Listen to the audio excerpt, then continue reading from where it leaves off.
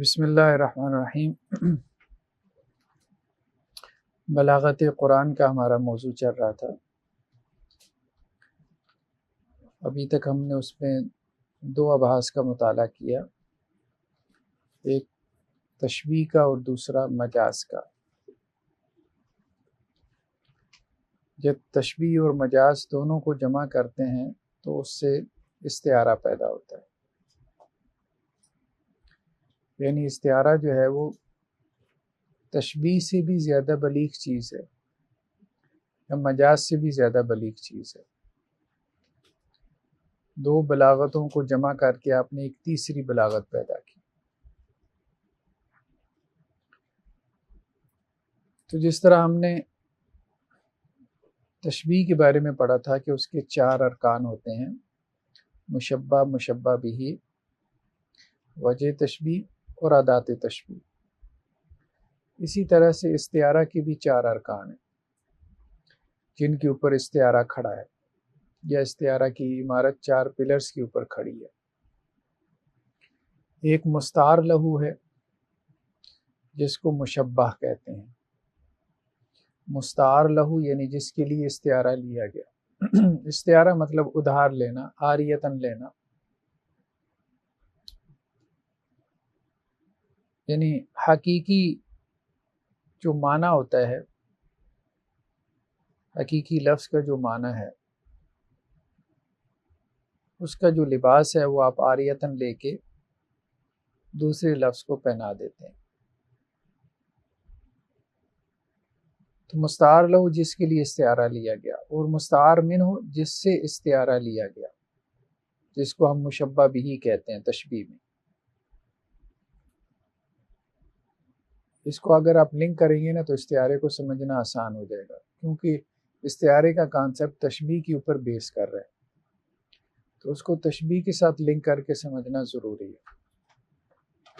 تو مستعار لہو بیسیکلی مشبہ ہے، یعنی جس کو تشبیہ دی گئی ہے، یعنی جس کے لیے استعارہ لیا گیا ہے، اور مستعار منہ جس سے استعارہ لیا گیا ہے، یہ مشبہ بھی ہے، یعنی جس سے تشبیہ دی گئی ہے۔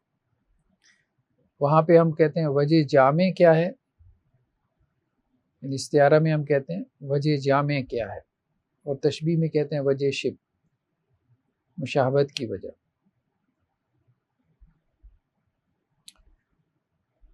اور استعارے میں لفظ مستعار ہوتا ہے، یعنی ایک لفظ ہوتا ہے جس سے آپ استعارہ لیتے ہیں، اور تشبیہ میں اداتی تشبیہ ہوتا ہے۔ تو استعارے کو ڈیفائن کیسے کیا جاتا ہے؟ کسی لفظ کو اس کے غیر موضوع لہو معنی میں استعمال کرنا۔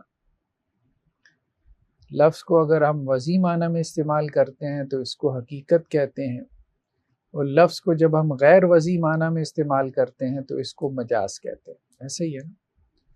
تو استعارے کی تعریف میں بھی پہلی بات کیا ہے؟ لفظ کو اس کے غیر موضوع لہو معنی میں استعمال کرنا، اس کے غیر وضعی معنی میں استعمال کرنا، یعنی مجاز۔ مشابہت کے تعلق سے علاقہ کون سا ہوگا؟ مشابہت کا۔ مجاز میں کون سا علاقہ ہوتا ہے؟ غیر مشابہت کا۔ مجاز میں اور استعارے میں یہی فرق ہے، ٹھیک ہے؟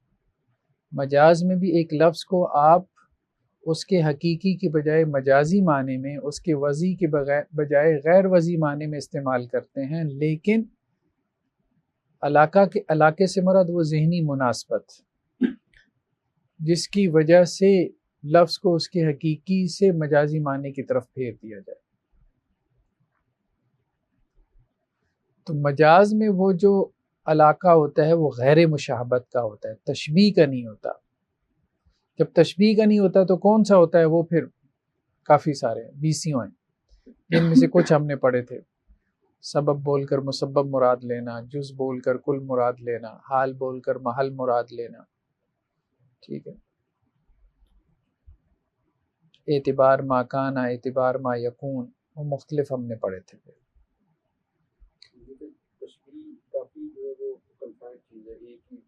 ہاں، تشبیہ ایک ہی چیز ہے، ایسے ہی. مجاز میں تشبیہ کا علاقہ نہیں ہوتا اور استعارہ میں اس کے اپوزٹ کیا ہوتا ہے؟ تشبیہ کا علاقہ ہوتا ہے. دیکھیں علاقہ تو ہر جگہ ہوتا ہے نا. دو چیزیں اہم ہیں نا, ایک علاقہ اور دوسرا قرینہ. دو لفظ ہم نے بولے تھے, ٹھیک ہے. مجاز میں کیا ہوتا ہے کہ لفظ کو اس کے حقیقی معنی سے آپ پھیر دیتے ہیں, اس کے وضعی معنی سے آپ پھیر دیتے ہیں اس معنی کی طرف جو اس کا استعمالی معنی ہے. دو بنیادوں پہ. ایک کسی علاقے کی وجہ سے, علاقے سے مراد وہ ذہنی مناسبت ہے جو یہ بتلاتی ہے کہ یہاں اس لفظ کو اس کے وضعی معنی سے مجازی معنی کی طرف, حقیقی معنی سے مجازی معنی کی طرف اس وجہ سے پھیرا گیا, ذہنی مناسبت. اور قرینہ تو وہ لفظ کے اندر وہ دلیل ہوتی ہے جو رہنمائی کر رہی ہوتی ہے کہ اس لفظ کو اس کے حقیقی معنی سے پھیر دیا گیا. ہاں, تو قرینے کا تعلق لفظ سے ہے, عبارت سے ہے. علاقے کا تعلق جو ہے وہ آپ کے ذہن سے ہے کہ ذہن کیسے جاتا ہے کہ یہاں پہ اس کے لٹرل میننگ مراد نہیں لینے, ظاہری معنی مراد نہیں لینے. یہ جو ذہن کا انتقال ہے حقیقی معنی سے مجازی معنی کی طرف, اس کو علاقہ کہہ رہے ہیں کہ یہ انتقال کیوں ہو رہا ہے.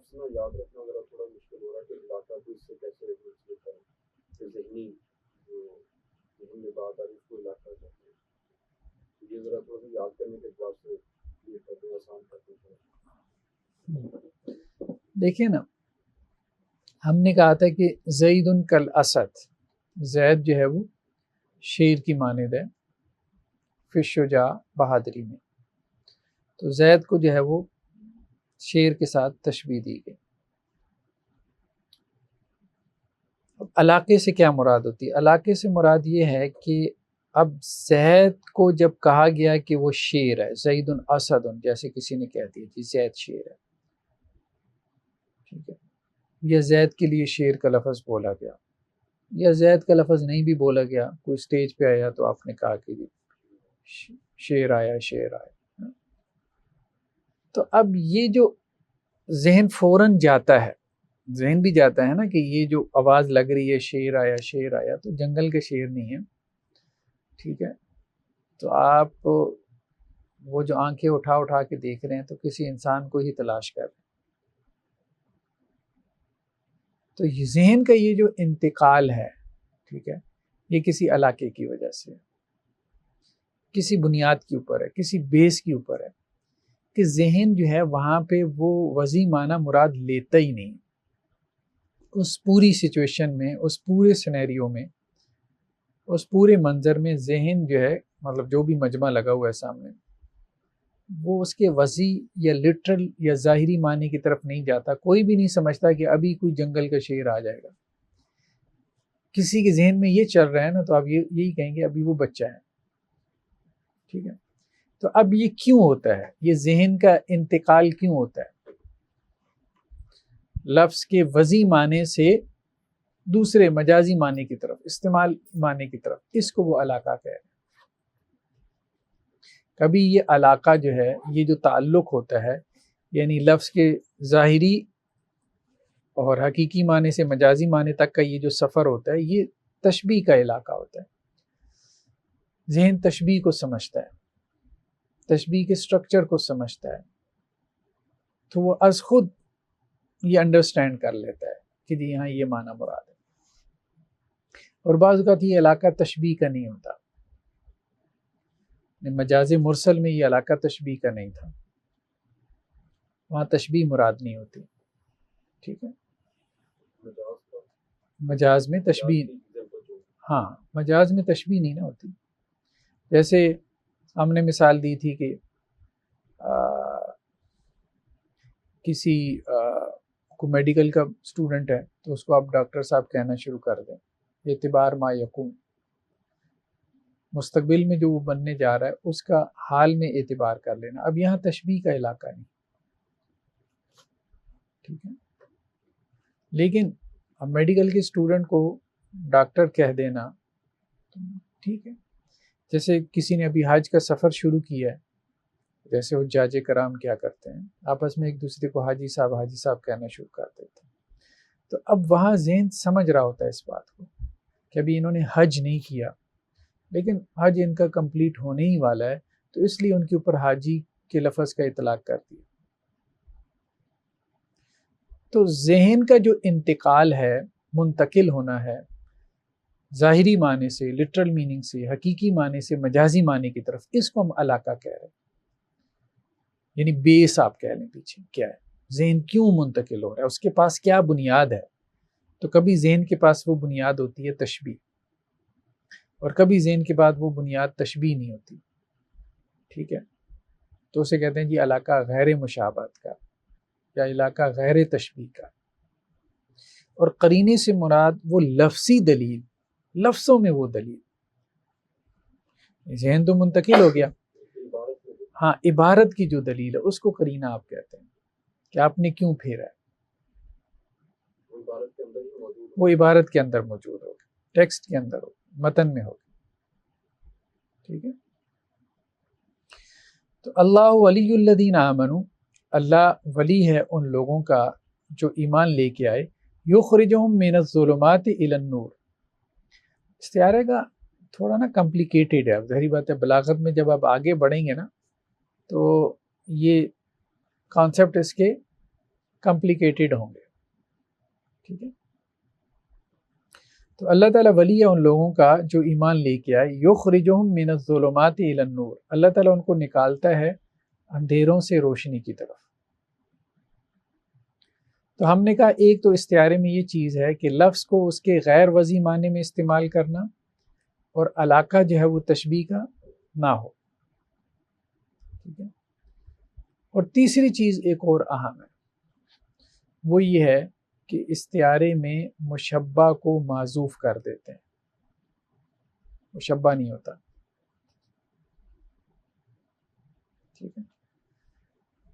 تشبیہ میں دیکھیں، تشبیہ میں جو ہے وہ مشبہ بھی ہے، مشبہ بھی موجود ہے۔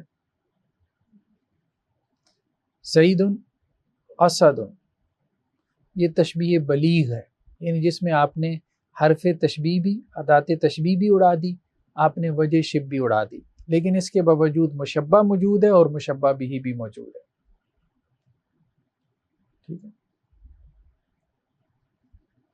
تو جب آپ مشبہ کو بھی اڑا دیں، مشبہ کو بھی اڑا دیں، ٹھیک ہے، زید اسد، یہ تو تشبیہ ہے، لیکن صرف اسد یہ استعارہ ہے، ٹھیک ہے، یہ استعارہ ہے۔ اور جو بھی ہم نے کہا نا کہ جیسے اسٹیج سے اعلان ہو کہ شیر پنجاب تشریف لا رہے ہیں، ٹھیک ہے، تو اب مشبہ کا تذکرہ نہیں، مشبہ کا تذکرہ نہیں، تو چیزیں آپ اڑاتے جا رہے ہیں نا۔ تشبیہ میں بھی کیا تھا، 4 ارکان کے اوپر کھڑی تھی نا، تو ہم نے کہا کبھی وجہ شب اس کی کیا ہے، معذوف ہو جاتی ہے، تو اس میں بلاغت پیدا ہو جاتی ہے مزید، کبھی اداد تشبیہ اڑ جاتی ہے، اس میں مزید بلاغت ہو جاتی ہے۔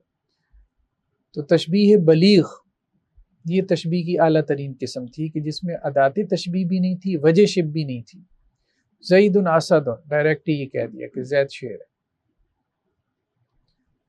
اب استعارہ اس کے اوپر بیس کر رہے ہیں نا کہ اب مشبہ کو بھی اڑا دیں، اور استعارے میں جب مزید آگے بڑھتے ہیں تو مشبہ بھی اڑا دیتے ہیں کچھ بھی نہیں رہ گیا اس کی، اسی سے تو معنی میں بلاغت پیدا ہوتی ہے نہیں جملہ نہیں ختم کرتے، میری بات ہے جملہ ختم کریں گے تو میسج کہاں پہنچے گا، ٹھیک ہے، تو کچھ نہ کچھ تو انہوں نے بولنا ہے نا، لیکن یہ اگلی سٹیج ہے جب مشبہ بھی ختم ہو جائے گا۔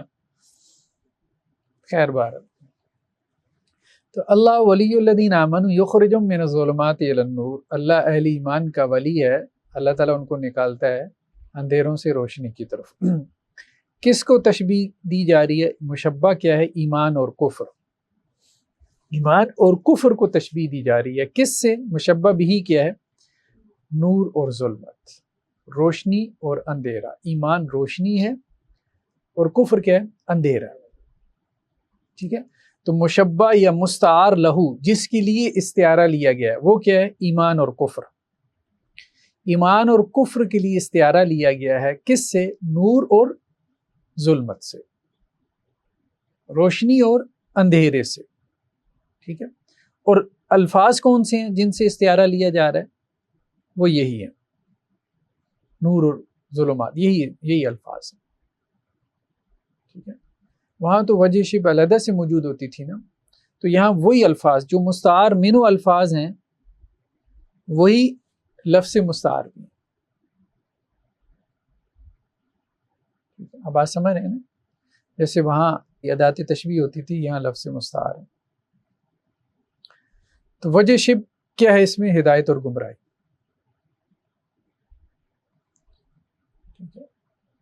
جیسے روشنی ہوتی ہے تو انسان کو رستہ نظر آتا ہے، تاریکی ہوتی ہے تو انسان اپنا رستہ بھول جاتا ہے. تو یہ وجہ شبہ یا وجہ جامع، استعارہ میں اس کو کیا کہتے ہیں؟ وجہ جامع. یہ تشبیہ میں کہتے ہیں وجہ شبہ. یہ تو مستعار لہو ایمان اور کفر ہے، مستعار منہ نور اور ظلمت ہے، وجہ جامع اس میں ہدایت اور گمراہی ہے، اور لفظ مستعار اس میں نور و ظلمات.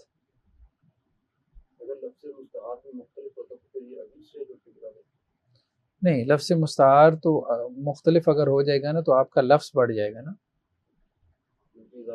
ہاں، اضافی لفظ آ جائے گا.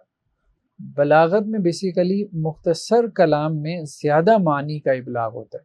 واشتعل الرأس شیبہ، حضرت زکریا علیہ السلام کے بارے میں آتا ہے نا کہ جب انہوں نے اللہ سے دعا کی کہ یا اللہ جب بھی میں نے آپ سے دعا مانگی تو میں نامراد نہیں ہوا، تو بڑھاپے میں اولاد کے لیے دعا مانگی. تو اب اپنی ظاہری حالت بھی دیکھی کہ یا اللہ اب ظاہری حالت تو اب یہی ہے کہ اس میں تو اولاد ہونے کے امکانات نہیں ہیں، میرے اوپر بڑھاپا طاری ہو چکا، سر کے بال سفید ہو چکے. تو واشتعل الرأس شیبہ، اور بھڑک اٹھا سر شیبہ، سفیدی کے اعتبار سے، با اعتبار سفیدی کے. ٹھیک ہے، اشتعال، اور راس سر کو کہتے ہیں، شیب بالوں کی سفیدی کو کہتے ہیں. تو یہاں پہ مستعار لہو کیا ہے؟ رأس ہے، یعنی مشبہ جس کو تشبیہ دی گئی ہے، یعنی سر کو تشبیہ دی گئی. کس کے ساتھ؟ آگ کے ساتھ.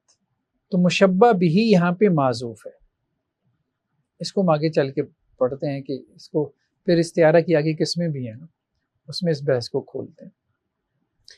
تو یہاں پہ مشبہ موجود ہے، مشبہ بھی کیا ہے؟ معذوف ہے.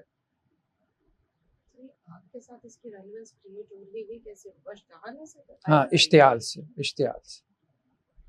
ٹھیک ہے، شعلہ ہے نا، اشتعال شعلہ اسی سے لفظ بنا ہے. ہاں، تو وجہ جامع کیا ہے دونوں میں؟ آگ میں اور سر میں، دونوں میں وجہ جامع کیا ہے؟ سفیدی. ٹھیک ہے، آگ کی روشنی کی طرف اشارہ ہے. ویسے تو آگ ظاہری بات ہے یا تو ریڈ کلر کی ہوتی ہے یا بلو کلر کی ہوتی ہے، لیکن اس کا کچھ حصہ سفید بھی ہوتا ہے باہر، وہ جو اوپر کا حصہ ہے، لیکن اس کے علاوہ بھی مطلب روشنی سفیدی اس معنی. تو لفظ مستعار کیا؟ اشتعال، یعنی اشتعال سے یہ بات پتہ چلی کہ راس کو تشبیہ دی جا رہی ہے آگ کے ساتھ. تو راس جو ہے وہ مستعار لہو ہے، یعنی اس کے لیے استعارہ لیا گیا ہے. مستعار منہ کیا ہے؟ وہ آگ ہے، نار ہے. اور وجہ جامع جو ہے وہ سفیدی ہے. اور لفظ مستعار جس سے پتہ چلا ہے کہ استعارہ کہاں سے لیا گیا ہے؟ اشتعال.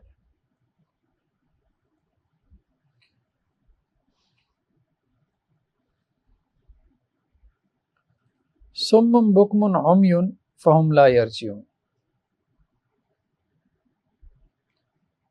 اندھے بہرے اور گونگے ہیں. ٹھیک ہے، واپس نہیں آئیں گے، ایمان کی طرف نہیں آئیں گے. کس کو تشبیہ دی جا رہی ہے؟ کس سے؟ یہاں پہ مشبہ موجود ہے جس کو تشبیہ دی جا رہی ہے، مشبہ یہاں پہ لفظوں میں موجود نہیں، ٹھیک ہے؟ مثال کے طور پہ ہم، وہ، یا منافقین کی بات ہو رہی ہے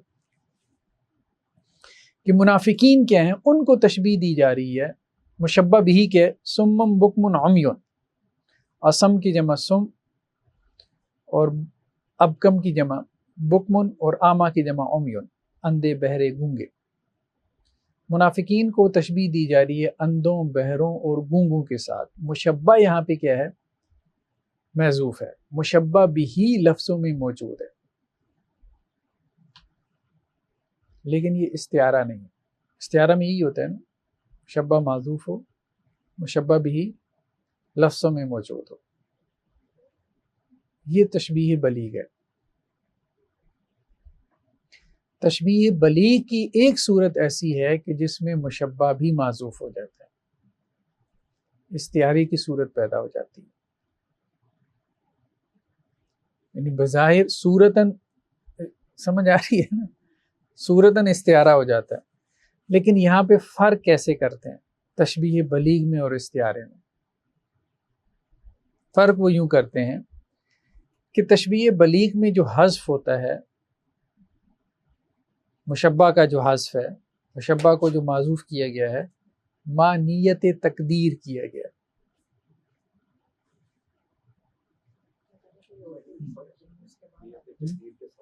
ہے۔ نہیں، تقدیر سے مراد وہ والی تقدیر نہیں ہے، مقدر ماننا۔ نحو میں آپ نے ایک لفظ پڑھا ہوگا نا، کسی چیز کو انڈرسٹوڈ ماننا، ٹھیک ہے؟ تو تشبیہ بلیغ میں جو مشبہ معذوف ہے تو اس کا جو حذف ہے ما نیت تقدیر ہے، یعنی نیت کیا ہے؟ نیت متکلم کی نیت یہی ہے کہ وہ اس کو معذوف کرنا چاہتا ہے، اس کو انڈرسٹوڈ مان رہا ہے۔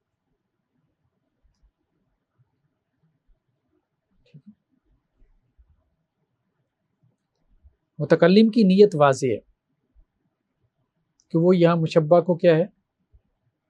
حذف، اس کا جو حذف کر رہا ہے مانیت تقدیر، یعنی جو اس کا مخاطب ہے وہ سمجھے کہ یہاں پہ مشبہ معذوف ہے، متکلم کی یہ نیت ہے، اور مخاطب وہاں سے پہنچ جاتا ہے اس بات کہ یہاں یہ مشبہ معذوف ہے۔ ہاں، شیر زید اسد، تو اس میں اگر آپ زید اڑا دیں، شیر ہے شیر آیا، تو یہ اب استعارہ نہیں ہے، ٹھیک ہے؟ اب یہ استعارہ نہیں ہے، یہ تشبیہ بلیغ کی ایک صورت ہے۔ تو حذف مانیت تقدیر ہے۔ دوسرا جو استعارہ ہے وہاں حذف ما نسیان المعذوف ہوتا ہے۔ حذف تو ہوتا ہے، متکلم مشبہ کو معذوف کرتا ہے، لیکن ما نسیان المعذوف، متکلم یہ چاہ رہا ہوتا ہے کہ معذوف کو مخاطب بھول جائے، مخاطب معذوف کو بھول جائے، ما نسیان المعذوف استعارہ میں، یعنی استعارہ میں وہ مشبہ کا تذکرہ نہیں کرتا۔ کیوں نہیں کرتا متکلم؟ وہ یہ چاہتا ہی نہیں ہے کہ مخاطب کے ذہن میں مشبہ آئے، چاہتا ہی نہیں، وہ یہی چاہتا ہے کہ اس کو بھولا رہے، بس مشبہ بھی اس کے ذہن میں ٹک جائے، اچھی طرح سے راسخ ہو جائے، بیٹھ جائے۔ اور تشبیہ بلیغ میں وہ مشبہ کو کیوں معذوف کرتا ہے؟ اس لیے نہیں کرتا کہ یہ مخاطب اس کو بھول جائے، اس سے صرف نظر کرے، بلکہ اس لیے کہ مخاطب جو ہے وہ اس تک پہنچے، وہ یہ چاہتا ہے کہ مخاطب اس تک پہنچے، اس کا استحضار کرے، اس کو اپنے ذہن میں لے کر آئے۔ تو یہ فرق ہے۔ تو یہاں یہ جو مثال ہے نا، سم بکم عمی، یہ تشبیہ بلیغ کی مثال ہے، یعنی تشبیہ بلیغ میں اور استعارے میں بہت باریک فرق ہے۔ تشبیہ بلیغ کی بعض صورتیں ان میں جھلک پڑتی ہے استعارے کی، لیکن وہ استعارہ نہیں ہوتا، کہنے کا مقصد ہے۔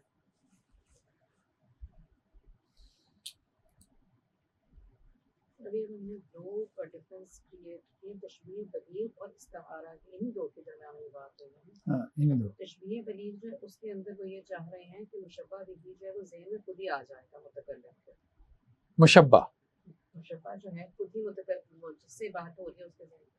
اور استعارہ میں یہ ہے کہ وہ ذہن میں اس کو لانا ہی نہیں چاہ رہا، لانا ہی نہیں چاہیے. متکلم کی بات ہو رہی ہے. متکلم کیا کرتا ہے اپنے کلام میں سے تشبیہ کے دوران مشبہ کو معزوف کر دیتا ہے. ٹھیک ہے، تو بعض اوقات جب وہ معزوف کرتا ہے تو وہ یہ چاہتا ہے کہ مخاطب مشبہ تک پہنچے، تو اس کو تشبیہ بلیغ کہتے ہیں. بعض اوقات جب وہ اس کو معزوف کرتا ہے مشبہ کو، متکلم جو ہے، تو وہ یہ چاہتا ہی نہیں ہے کہ مخاطب جو ہے وہ مشبہ تک پہنچے. وہ چاہتے ہی ہے کہ اصل میں مشبہ بھی کے گرد ہی گھومتا رہے.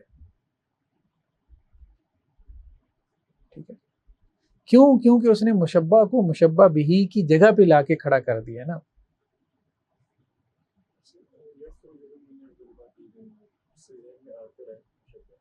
کیا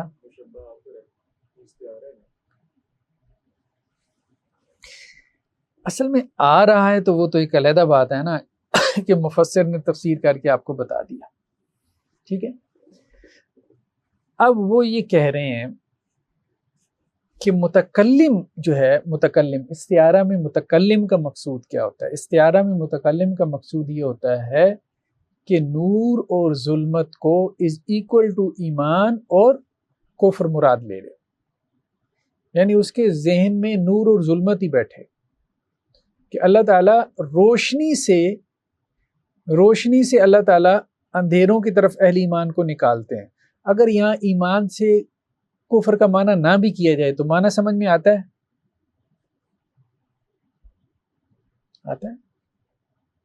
کوئی مسئلہ نہیں.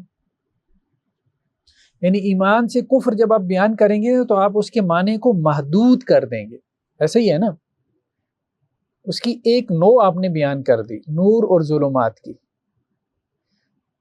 تو جب آپ نور اور ظلمات کے اوپر رکیں گے تو وہاں پتہ نہیں کتنی مطلب جو ہے وہ اللہ تعالیٰ اندھیروں سے ہمیں نکالتا ہے. وہ صرف کفر کا اندھیرا تو نہیں ہے، وہ بدعت کا اندھیرا ہو سکتا ہے، وہ شرک کا اندھیرا ہو سکتا ہے، دنیاوی اندھیرے ہو سکتے ہیں، کنفیوژن کا اندھیرا ہو سکتا ہے.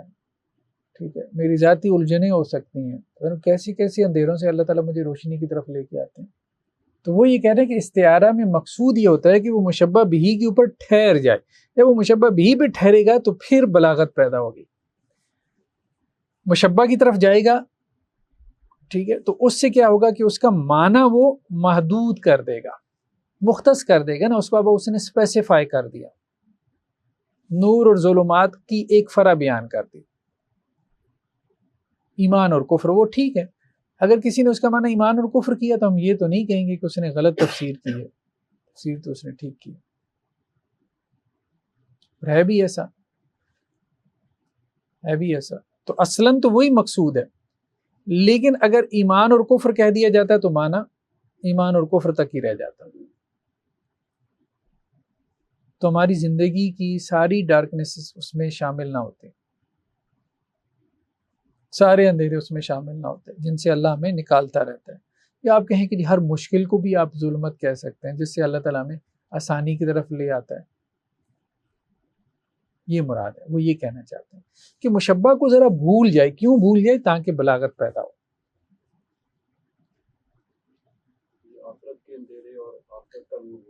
ہاں، آخرت کا نور اور اندھیرا بھی مراد ہو سکتا ہے، بالکل ایسی ہے.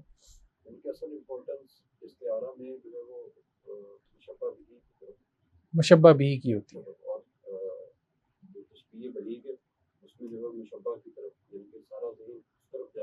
مشبہ کی طرف، تشبیہ بلیغ میں سارا ذہن آپ کا مشبہ کی طرف جاتا ہے، اور استعارہ میں ذہن جو ہے وہ مشبہ بھی کی طرف موڑا جاتا ہے. فَأَذَاقَهَا اللَّهُ لِبَاسَ الْجُوعِ وَالْخَوْفِ. ایک بستی کا اللہ نے تذکرہ کیا کہ اس کو اللہ تعالیٰ نے چکھا دیا بھوک اور خوف کا لباس، چکھا دیا یا پہنا دیا. ٹھیک ہے، جس نے اللہ کی نافرمانی کی، اللہ کے نبیوں کی نافرمانی کی، تو اللہ نے ان کے اوپر قحط طاری کر دیا، خشک سالی آ گئی، آزمائش میں پڑ گئے. تو استعارہ جو ہے اس کی آگے اب ہم کچھ قسمیں تھوڑی سی ڈسکس کرنے لگے ہیں. ویسے تو کافی ساری ہیں لیکن جو اہم ہیں اس کو ہم ڈسکس کر لیتے ہیں.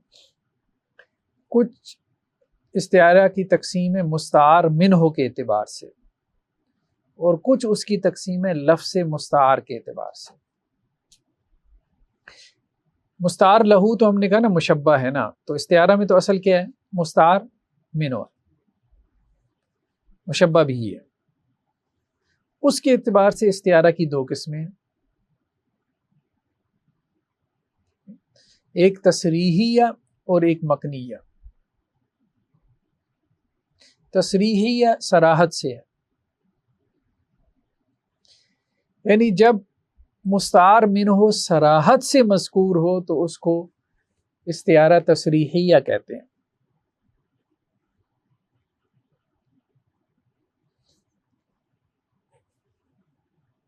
بلاغت سے زیادہ نا ایکسرسائز منطق میں ہوتی ہے، ذہنی.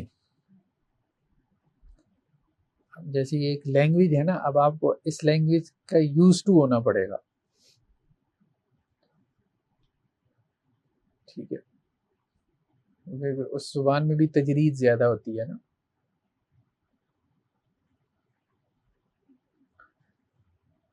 تو مستعار منہ جو ہے وہ صراحت سے مذکور ہو، اس کو استعارہ تصریحیہ کہتے ہیں.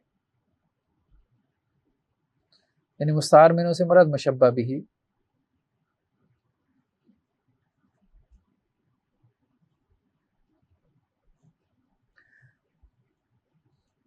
تو اب یہ جو مثال ہے اس میں مستعار لہو کیا ہے، مشبہ کیا ہے،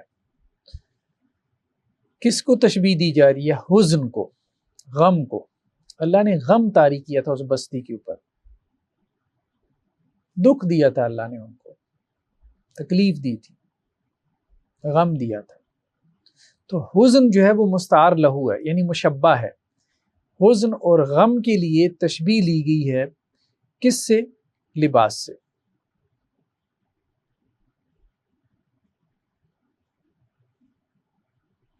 مستعار منہ کیا ہے؟ لباس. یعنی جس طرح انسان کا لباس اس کو ڈھانپ لیتا ہے، اسی طرح غم نے ان کو ڈھانپ لیا، ان کے پورے وجود کو. یعنی غم طاری ہونے کو اب آپ سمجھ رہے ہیں، تشبیہ دی گئی لباس کے پہننے سے، لباس کے اوڑھنے سے.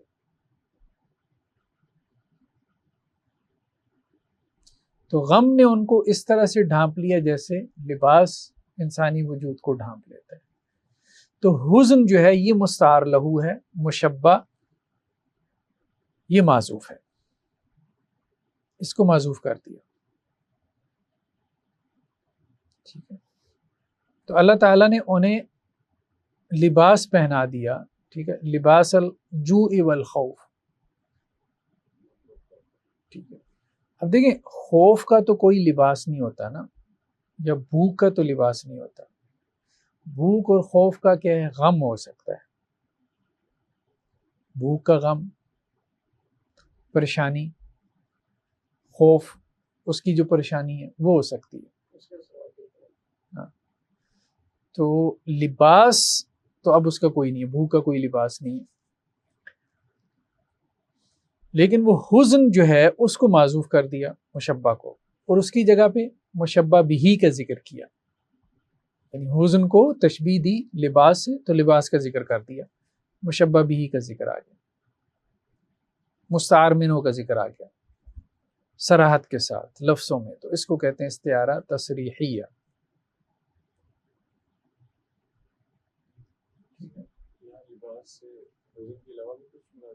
جی ہاں، مطلب جو معنی کے اعتبار سے مناسب ہو مراد لے سکتے ہیں.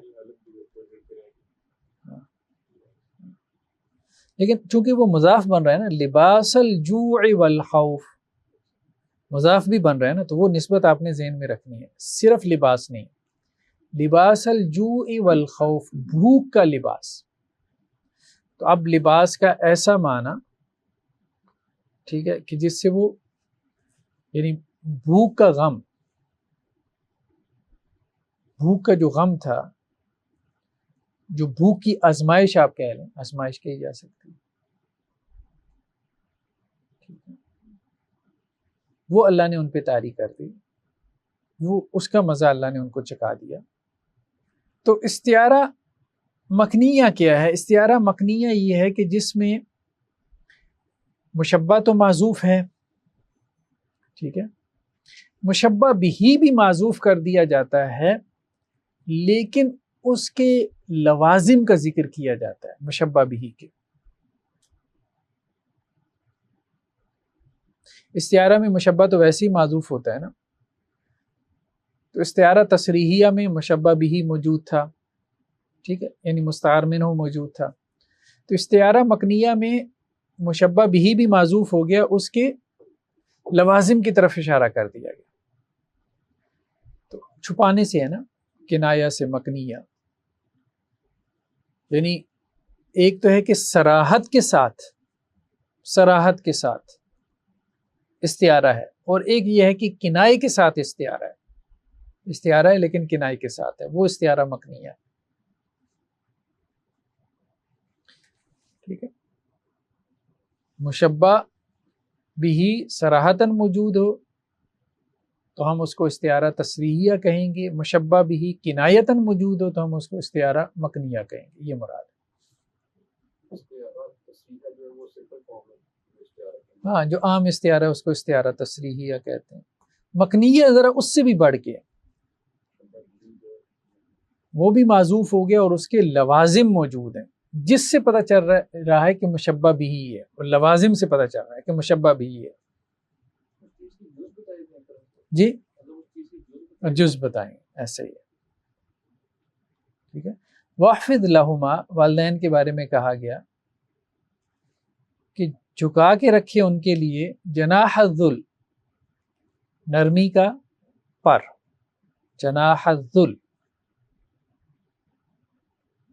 ٹھیک ہے۔ تو مستعار لہو کیا ہے؟ مشبہ کیا ہے؟ عاجزی، ہمبلنس۔ ہمبلنس کو تجزیہ دی گئی، تشبیہ دی گئی کس سے؟ پرندے سے، مستعار منہ پرندہ ہے، طیر، یعنی والدین کے ساتھ عاجزی اختیار کرنے کو تشبیہ دی گئی کہ جیسے پرندہ جو ہے وہ اپنے بچوں کے لیے جو ہے وہ عاجزی اختیار کرتا ہے۔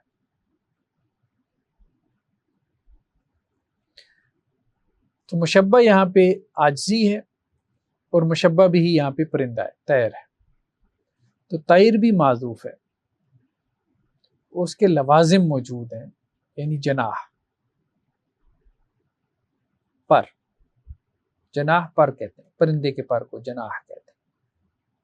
دوسرا کیا ہے؟ لفظ مستعار کے اعتبار سے، یعنی وہ لفظ جس میں استعارہ ہے اس کے اعتبار سے بھی استعارہ کی دو قسمیں، اصلیہ اور طبعیہ۔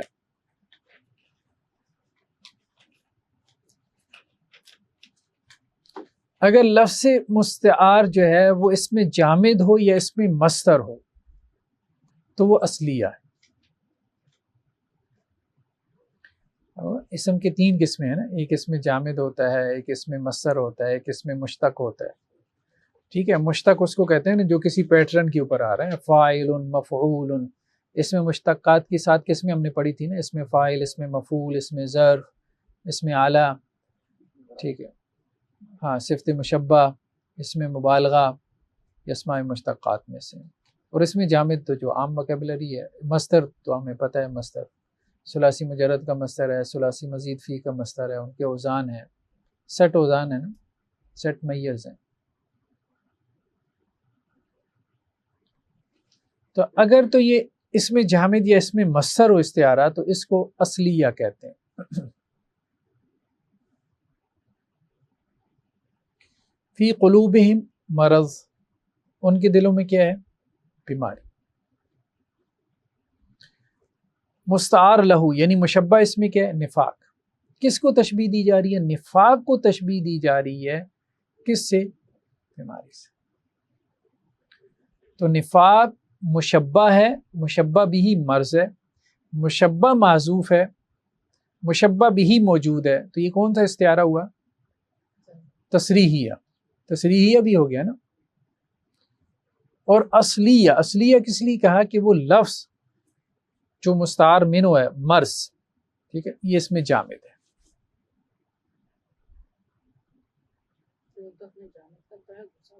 مصدر، تو اس لیے اب اس کو استعارہ اصلیہ بھی کہیں گے۔ تو ان کے دلوں میں بیماری ہے، ٹھیک ہے۔ اب دیکھیں نا، یہاں اگر نفاق بھول بھی جائیں، صرف بیماری فوکس کریں،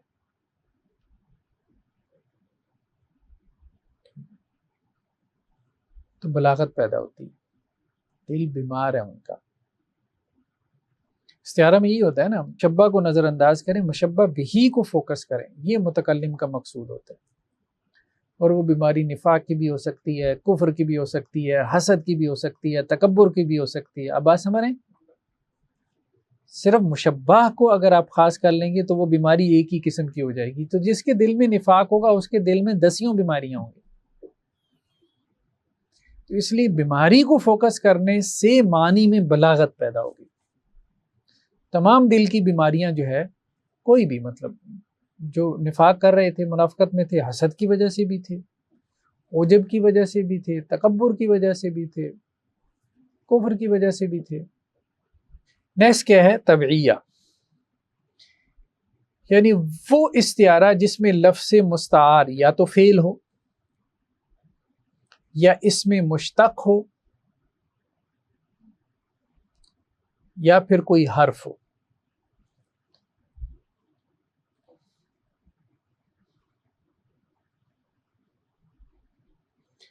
لفظ مستعار کیا ہے؟ کوئی فعل ہو، اس میں مشتق ہو یا پھر کوئی حرف ہو۔ وَلَا أُصَلِّبَنَّكُمْ فِي جُذُوعِ النَّخْلِ، فرعون نے کہا تھا نا جادوگروں کو جو حضرت موسیٰ علیہ السلام پہ ایمان لے آئے تھے، کہ میں لازماً تم کو سولی دے دوں گا فی جذوع النخل، کھجور کے تنوں میں، ٹھیک ہے۔ تو یہاں پہ مشبہ کیا ہے؟ الا، فی کے اندر تشبیہ ہے، فی کے اندر تشبیہ، الا کو تشبیہ دی گئی ہے فی سے، حرف میں تشبیہ ہے۔ مشبہ کیا ہے؟ الا، حرف الا مشبہ ہے، اور مشبہ بھی حرف فی ہے۔ الا کا معنی ہوتا ہے استعلاء، اوپر، الف سے، اور فی ظرفیت کے معنی میں آتا ہے، یعنی کسی ظرف میں، کسی جگہ میں، برتن میں ہونا، ٹھیک ہے۔ تو مستعار لہو یا مشبہ جو ہے وہ استعلاء ہے، اور مستعار منہ ہو یا مشبہ بھی ظرفیت ہے۔ تو یہاں ظرفیت کا تذکرہ ہے، مشبہ بھی کا ذکر ہے نا، تو یہ کون سا استعارہ ہوا؟ تسریہ یا مکنیہ؟ تسریہ ہو گیا نا، صراحت کے ساتھ تذکرہ ہے نا اس کا، مشبہ بھی کا، تو تسریہ ہو گیا، ٹھیک ہے۔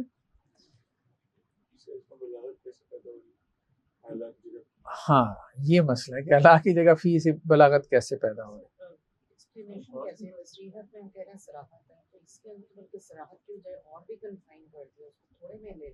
کیا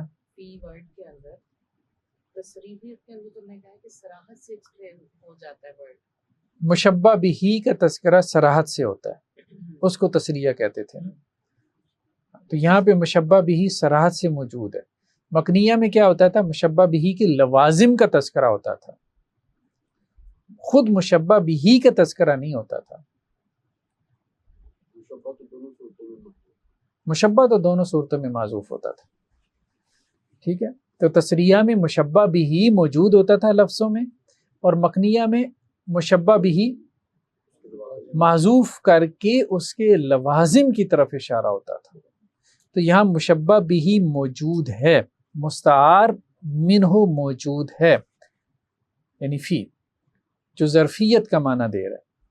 تو قرار کی وجہ سے استعلاء کو ظرفیت کے ساتھ تشبیہ دی گئی ہے. یعنی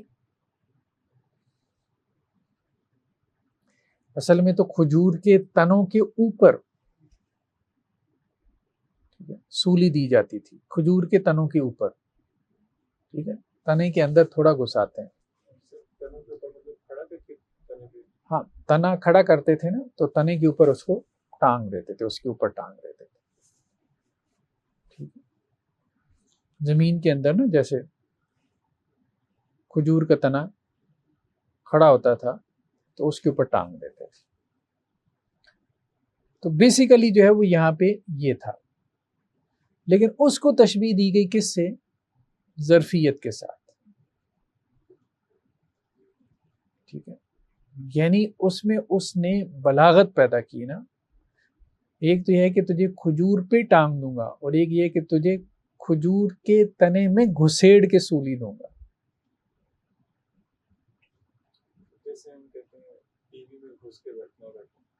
ہاں، ٹی وی میں گھس کے نہ بیٹھو. ایک ہے ٹی وی پر بیٹھنا اور ایک ہے ٹی وی میں گھس کے بیٹھنا. اب میں گھس کے بیٹھنا اس میں بلاغت زیادہ ہو جاتی. تو حروف میں بھی تشبیہ ہوتی ہے، کہنے کا مقصد یہ حروف میں بھی تشبیہ ہوتی ہے. ایک حرف دوسری حرف کے معنی میں استعمال ہو جاتا ہے.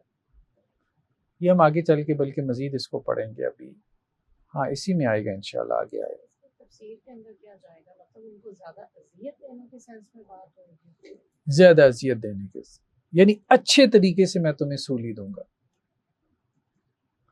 یعنی تمہیں اس طرح سے سولی دوں گا کہ تم جیسے کھجور کے تنے کا حصہ ہی بن جاؤ گے. لٹکائے رکھوں گا زیادہ دیر تک. ہوتا تھا نا سولی دے کے لٹکائے رکھتے تھے نا، تو یہ مراد تھی. الا اگر آتا تو صرف سولی دینے کا معنی پیدا کرتا. فی جو ہے وہ سولی دینے کے بعد وہاں پہ اس کو لٹکائے رکھنے کا معنی بھی دے رہا ہے. ہاں، جیسے 3 دن تک وہ لاش لٹکی رہتی تھی، وہ عبرت کے لیے نا، کہ ہم نے اس کو عبرت کا نشان بنا دیا. یہ فی یہ معنی دے رہا. وہ لاش اس کھجور کے تنے میں قرار پکڑ گئی. ٹھیک ہے، وہ جو لاش تھی وہ کھجور کے تنے میں قرار پکڑ گئی، یعنی وہ کھجور کا تنا اس کے لیے ظرف بن گیا، برتن بن گیا. اس کی تفسیر کرتا ہے جو مفسر ہوتا ہے اس کا ذہن جس طرف جاتا ہے کہ وہ الاؤڈ ہوتے ہیں اس پیراڈائم میں رہتے ہوئے کہ وہ اس کو ایکسپلین کرے. جیسے اس کے اندر ہیومیلیشن کے بعد ایک خوف کا ایلیمنٹ بھی کریٹ کیا جا رہا ہے کہ تم سے مرو گے نہیں، تمہارے بعد والوں کو بھی اذیت ہو.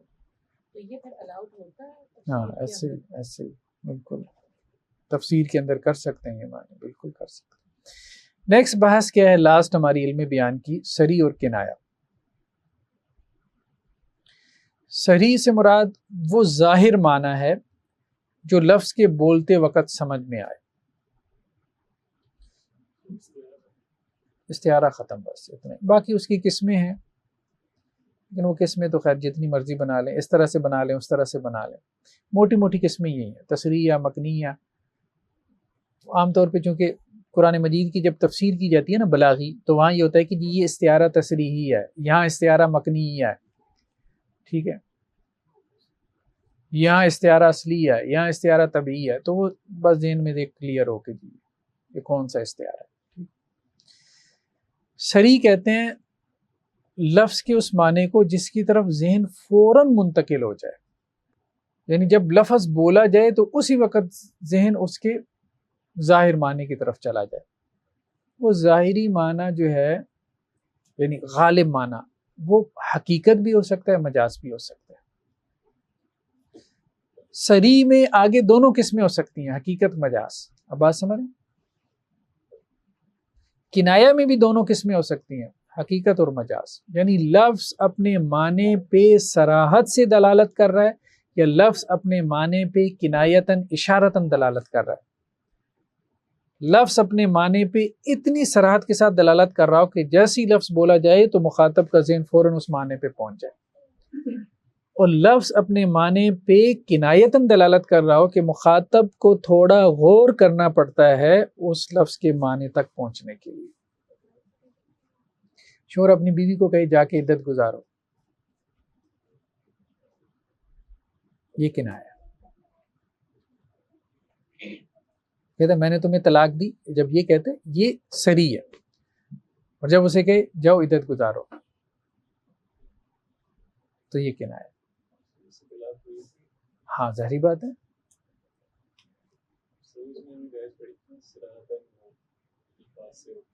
ٹھیک ہے، وہ اب ظاہری بات ہے، فقہ کا مسئلہ ہے نا، وہ فقہ میں علیحدہ اس کو یہاں نہ کریں.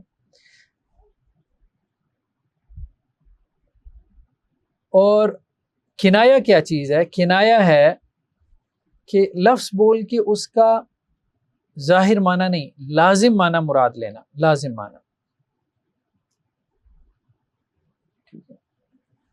ظالم کے ہاتھ کاٹنے سے، یعنی ظالم اپنا ہاتھ کاٹے گا، اس سے مراد کیا ہے؟ اس کی ندامت، اس کی شرمندگی. لٹرلی ہاتھ کاٹنا تو مراد نہیں ہے، لیکن وہ منع بھی نہیں ہے، وہ منع بھی نہیں. دیکھیں مجاز اور کنائے میں ذرا فرق سمجھیں. مجاز میں وضعی معنی منع ہوتا ہے. اب بات سمجھیں، زید اسد، زید شیر ہے، ٹھیک ہے. تو اب جو وضعی معنی اسد کا، جنگل کا درندہ، زید کو درندہ سمجھنا، یہ منع ہوگا نا. اب بات سمجھ رہے ہیں؟ تو مجاز میں استعمالی معنی جب آپ مراد لیتے ہیں غیر وضعی معنی، تو وضعی معنی اس میں لینا منع ہوتا ہے، آپ مراد نہیں لے سکتے. کنائے میں ایسا نہیں ہے. کنائے میں ظاہری معنی مراد لیا جا سکتا ہے، لازم معنی مراد ہوتا ہے، لیکن لازم معنی کے ساتھ ساتھ ظاہری معنی مراد لیا جا سکتا ہے. جیسے یہاں قرآن کی آیت ہے وَيَوْمَ يَعْضُ الظَّالِمُ، اور جس دن ظالم کاٹے گا عَلَىٰ يَدَيْهِ، اپنے ہاتھوں کو. قیامت والے دن ظالم اپنے ہاتھ کاٹے گا. تو ظالم کے ہاتھ کاٹنے سے مراد ہاتھ کاٹنا، یہ اس کا ظاہری معنی ہے، یعنی ہاتھوں کو چبانا. ٹھیک ہے. اور لازم معنی کیا ہے؟ شرمندگی کا اظہار کرنا، افسوس کرنا. تو ندامت اور شرمندگی کے ساتھ ساتھ کیا ظاہر معنی مراد ہو سکتا ہے؟ ہاں ہو سکتا ہے، وہ بھی ہو سکتا ہے. لیکن مجاز میں حقیقی معنی مراد نہیں ہوتا. تو یہ فرق آپ نے نا اصطلاحات کے ذہن میں رکھنا. دوسرا کیا ہے؟ فَأَصْبَحَ يُقَلِّبُ كَفَّيْهِ عَلَىٰ مَا أَنفَقَ فِيهِ، بس ہو گیا اپنی دونوں ہتھیلیوں کو ملتا ہوا اس پر جو اس نے خرچ کیا تھا. تو ہاتھ ملنا، یقلب کفئی، اپنے ہاتھوں کو الٹ پلٹ کرنا، تل پٹ کرنا، ہاتھ ملنا، افسوس کا اظہار کرنا، لازم معنی مراد ہے. لیکن ظاہر معنی بھی مراد ہو سکتا ہے. لیکن اصل مقصود کیا ہے؟ افسوس کرتا رہ گیا، وہ ہاتھ ملتا رہ گیا، یعنی افسوس کرتا رہ گیا.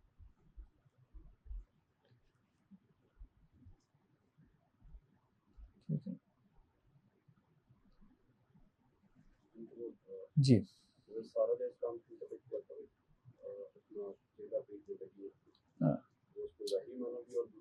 دوسرا معنی فسکت وجہہا، حضرت ابراہیم علیہ السلام کی بیوی کے لیے یہ لفظ بولا گیا نا. ٹھیک ہے، کہ جب فرشتوں نے ان کو خوشخبری دی اولاد کی، تو انہوں نے جو ہے وہ اپنے چہرے کو مارا. فسکت وجہہا یعنی حیرت کا اظہار کیا. وہ جیسے عورتیں ایسے کرتی ہیں نا، ٹھیک ہے، تو حیرت کا اظہار. لیکن ظاہری معنی بھی مراد ہو سکتا ہے. تو ایک لفظ کا ظاہر معنی ہوتا ہے اور ایک اس کا لازم معنی.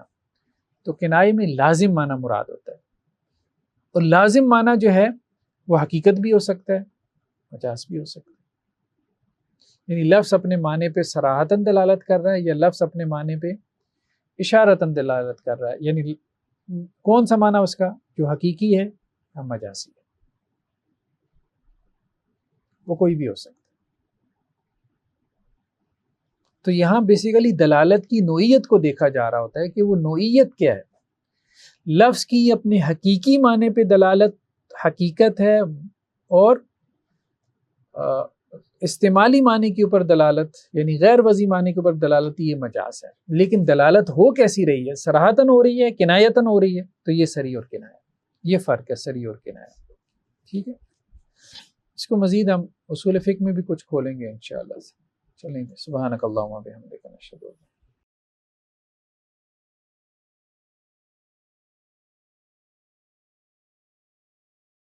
ناظرین السلام علیکم ورحمۃ اللہ وبرکاتہ۔